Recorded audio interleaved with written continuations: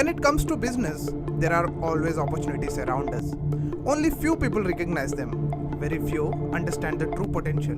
And only handful of people take action and grab the opportunity. Azim Premji belongs to that category. He is one of the India's well-known and respected business leaders. He inherited a cooking oil company from his father and turned it into India's third largest IT company and 11th largest publicly traded company. So in today's episode, let's understand the story and the scale of Wipro Limited.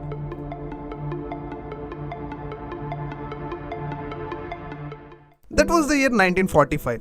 Muhammad Hussain Hashim Premji, a businessman from Mumbai, registered a company with the name Western India Vegetable Products Limited after buying an oil mill in Amalner, a city located in Jalgaon district of Maharashtra. This company produced hydrogenated cooking fats. If you remember dalda ghee, it is Wipro's oldest product. The company used to manufacture dalda under the brand name Sunflower Vanaspati and a laundry soap called 787 using the byproduct generated from oil extraction.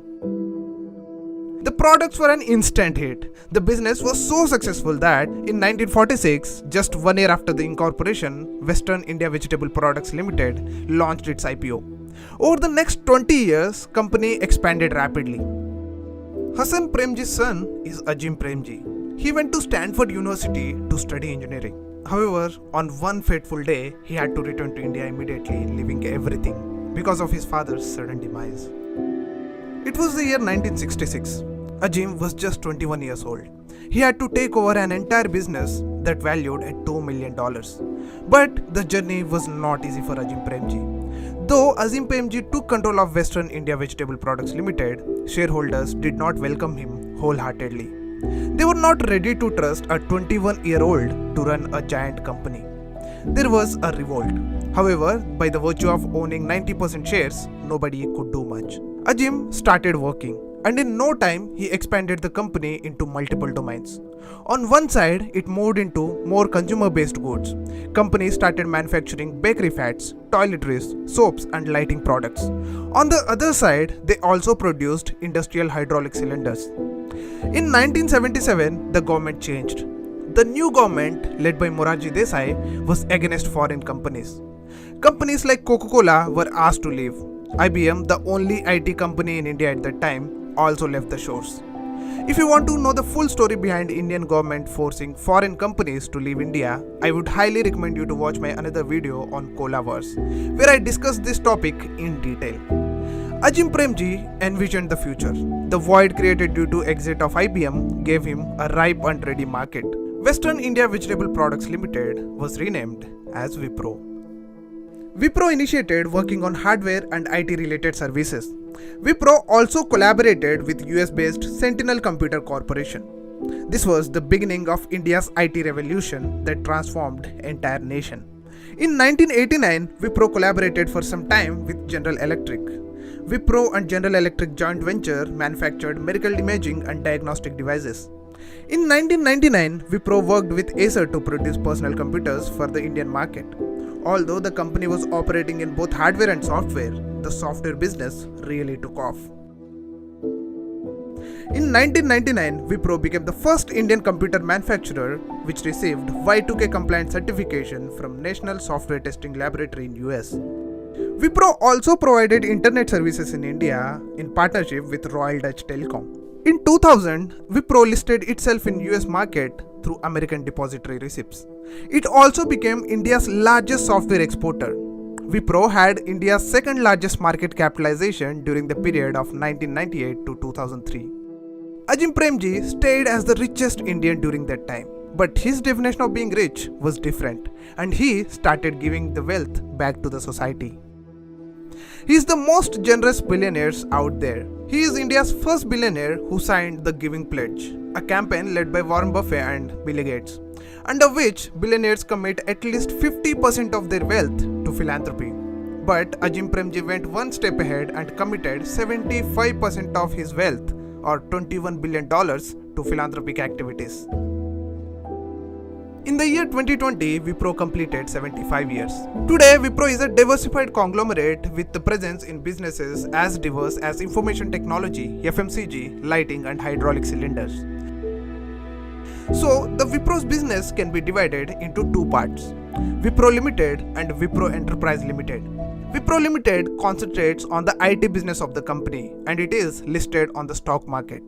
Whereas Wipro Enterprise Limited concentrates on non-IT business, which includes consumer care and lighting and Wipro Infrastructure Engineering business. And this company is not listed on the stock market. So when you buy a stock of Wipro, you are actually buying the stock of Wipro's IT business. Wipro's IT services business is the major contributor. 83% of the company's revenue and 87% of the company's profit comes from IT services business. Wipro is the third largest IT company in India. The company has ventured into almost all the IT services available in the market. If you visit Wipro's website and click on services, you will see all those fancy IT words like big data, blockchain, data analytics, artificial intelligence, and so on. Wipro has 190,000 employees spread across 6 continents. To put that in perspective, if somehow we form a country with all the Wipro employees, their population will be 3.4 times greater than the population of Iceland. Wipro's clients are spread across 25 major industries. From oil and gas to capital market, they cover all the industries. This has given a diverse exposure and expertise for Wipro. Now let's talk about Wipro's non-IT business, Wipro Enterprise. Wipro Enterprise has two divisions: Wipro Consumer Care and Lighting and Wipro Infrastructure Engineering under its umbrella. Wipro Consumer Care and Lighting is a leading FMCG business in personal care, home care, lighting and switches, and office furniture. Wipro's consumer care business is huge and it has presence in 81 countries, which covers half of the world. The real growth in consumer care business is fueled by brand acquisitions. Especially after 2000, company aggressively acquired new brands. Wipro's portfolio is huge and it won't be possible to talk about all the brands in this video. So I'll talk about some prominent brands and I'll leave a link in the description for the company's website where you can explore Wipro's other brands as well.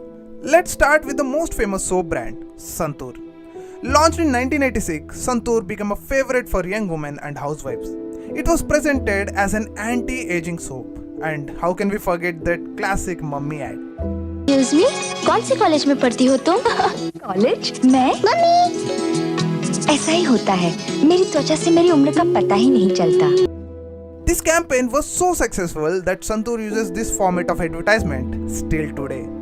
Santoor is India's second largest soap brand and number 1 in South India. Wipro started to sell antibacterial products in 2020 under the brand name Hygienix, which it acquired from the Philippines-based Splash Corporation in April 2019. This brand had a good start, especially due to COVID-19. Wipro also owns Middle East, Indian and European business of the perfume brand Yardley London. Wipro also owns the glucose drink brand Glucovita. Apart from these brands, company owns Safe Wash, Soft Touch, Max Clean and Chandrika. Wipro also has lighting business, which is 25 years old. Company offers most innovative and wide variety of lighting for indoor, outdoor and commercial needs. Through its infrastructure business, Wipro makes hydraulics, provides solution for industrial automation. They also make spare parts for the aerospace companies like Boeing, Airbus, Embraer and Gulfstream. Over the years, Wipro has built a strong reputation for its corporate governance. Wipro has been a huge value creator for its investors. Considering the company is trading on stock market for almost 75 years, a small investment could have turned into crores.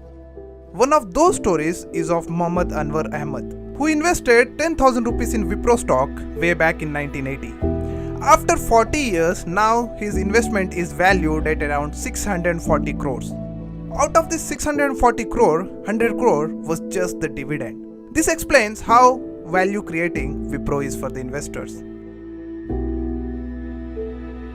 Today we see many companies in the IT space, but Wipro started off as an FMCG company, entered into an industry which is largely unknown at that time, and built a successful business out of it.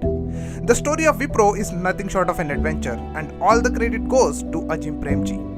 Leadership is the capacity to turn vision into reality, and there are very few leaders who did that, and Azim Premji is one of them. In 2005, Indian government honored him with Padma Shri for his contribution to trade and commerce in India. After leading Wipro for 53 years, Azim Premji retired in 2019, and his son Rishabh Premji took over as the chairman. But the legacy Azim Premji left behind lives on forever.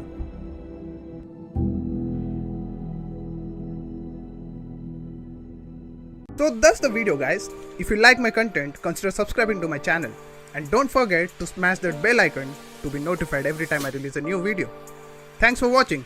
This is Curious Monk, signing off.